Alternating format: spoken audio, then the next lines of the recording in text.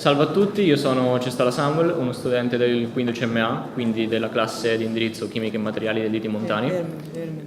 Scusate, forse riusciamo anche a tirare fuori il PowerPoint. E vorrei già da subito ringraziare la nostra webmaster Renzi Beatrice perché nonostante il file fosse corrotto l'ha rifatto adesso con il cellulare da capo, quindi...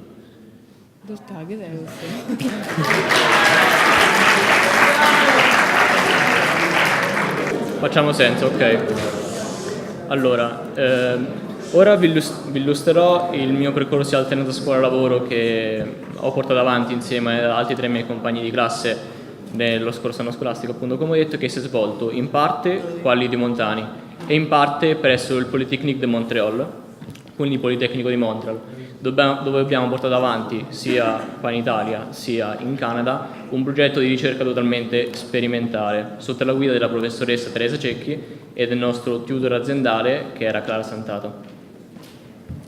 E ovviamente adesso tenterò di relazionare in inglese, purtroppo il PowerPoint con la traduzione in italiano abbiamo avuto dei problemi tecnici e quindi dovremo fare senza.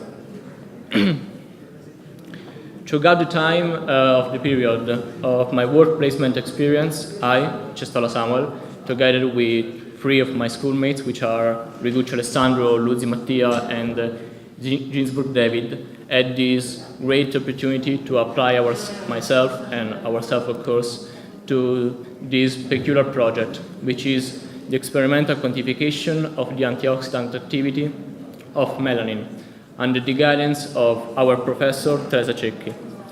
But first we should understand what melanin is, or more to the point, what melanins are, because this term, melanins, refers to pigments of different structures and origin, which derive from the oxidative polymerization of tyrosine in animals, or phenolic compounds in lower organisms. However, melanins own physicochemical properties that allow them to accomplish different kinds and crucial roles and functions. For example, they of course determine skin and hair color, they absorb UV radiations, they act as amorphous semiconductors, they are antimicrobial, and they are even supposed to prevent cancer. But one of the most interesting properties of these molecules is their ability to act as antioxidants. What does it mean? It means that they are able to scavenge, to neutralize free radicals, which represents a very serious danger for living cells and for our organisms as well, because they are actually known to be responsible for degenerative diseases and they are the main cause of aging. It is clear that in this context, it would be very interesting for us to quantitatively measure the antioxidant activity of melanin. Also, during our experience, we focused a lot on eumelanin because they are believed to act as photoprotective antioxidants. Eumelanins are a subgroup of insoluble melanin pigments, which derived, at least in part, from the oxidation and polymerization of DHI, which is melanin's monomer.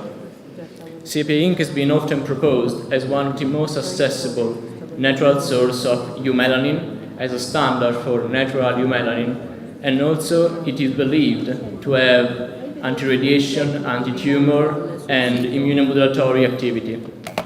Because of that, Sepia Inc., together with the purified eumelanin that we extracted from Sepia Inc. itself, was one of the matrices that we analyzed the most during our test. As I said before, this project was divided into 2 main steps.